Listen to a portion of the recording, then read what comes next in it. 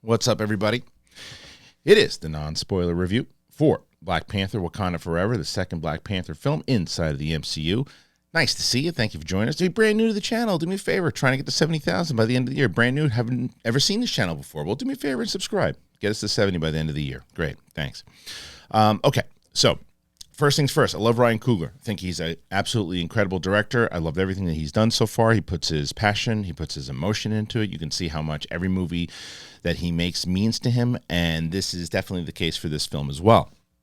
My big criticism off the top with this movie is the fact that I think it's around 10 or 15 minutes too long. There's so much inside of it.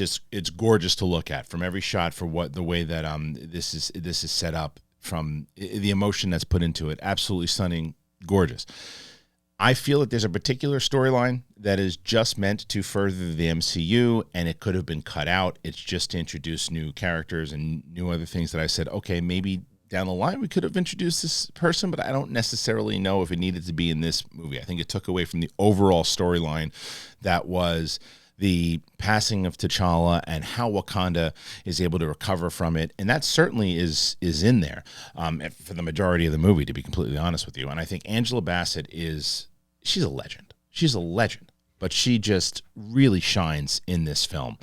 She's the queen who has to deal is so much loss, and that is what you can say Phase 4 is ultimately about. I'm not the biggest Phase 4 fan of Marvel because of all the comedy and that has been just beating you over the head so far, and the fact that there's so much peeking behind the curtains, whether it's She-Hulk or these other things of like, it's not real. It's just kind of a goof. Let's all laugh right now. And then the excuse of, we're taking it easy right now because everything else is starting to get more serious.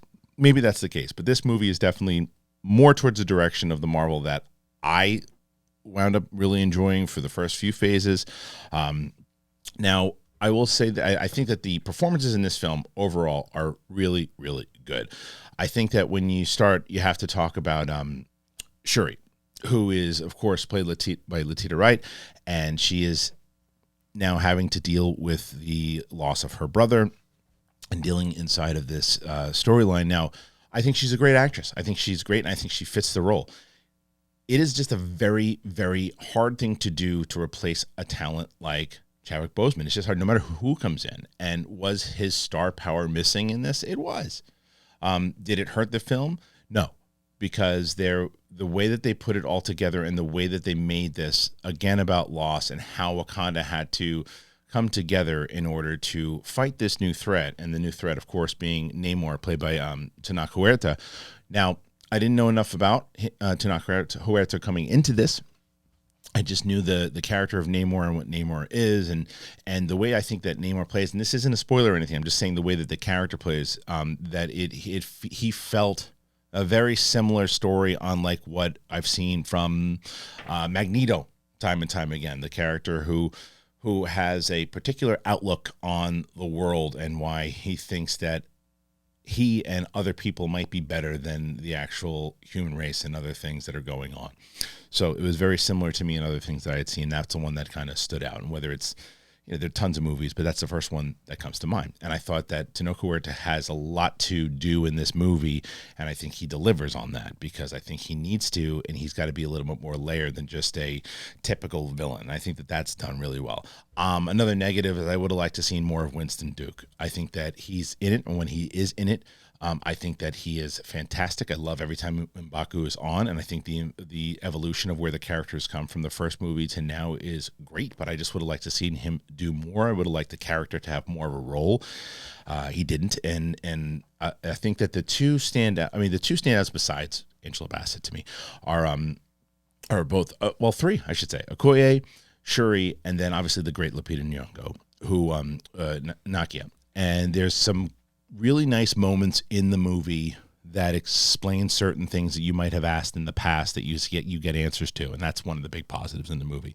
That I thought there was a lot of detail to it. It wasn't just a kind of thrown together movie. I thought that the humor, when there was humor in it, played well and played really well between both both Okoye and Shuri, and the way that they had to go on certain missions together and do things together, and their dynamic together, I thought played really well. And I thought that's the kind of humor inside of Marvel that I've always been a fan of, to where it seems like the characters would be going through the scenes, and it's not just trying to go like, oh, hey, it's time for a yuck yuck right now.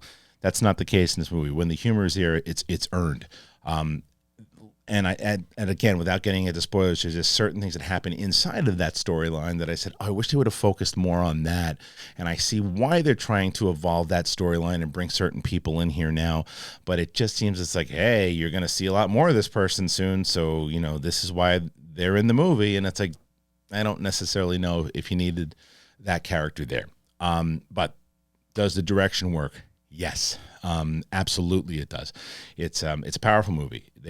As I said, it deals with loss, and to me that was what has been done somewhat well in every movie that's done, whether it's even Thor Love and Thunder, which I'm not a big fan of. Every one of them deals with loss, and I think ending the phase 4 with this movie does that really well. I thought that there's a lot of respect done to Chadwick, and obviously you could see all the love that was there from the cast, from Coogler, and from everybody in general. And there's a very powerful opening that I thought worked well. So with this movie, did I like it? Yes, I enjoyed it. I enjoyed it very much so. I think that I would have enjoyed it even more if it was about two and a half hours. But it's a nitpick thing. I mean, like I said, M'Baku being there a little bit more would have been, I think, up my score a little bit. What is my score? I'd say it's 4 out of 5, which is a pretty high score. 8 out of 10, if you want to go that way. I'd say pretty high, and it was a good return back to the form of Marvel that I've enjoyed in the past, and that's it. I'm going to get into a heavier spoiler review, both this weekend, so check out the channel for sure if you want to see that, and then I'll be getting into a full conversation with both Winston Marshall and Coy Jandreau on Monday on the show. So if you want to get part of the conversation, make sure you subscribe when you go back. If you've seen the movie, great. Let's hear your thoughts on it. If not, then please come back after you have and join the spoiler discussions, please.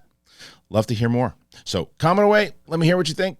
Looking forward to hearing your thoughts. Thank you so much. I appreciate you, and we shall see you on the flip side. Peace.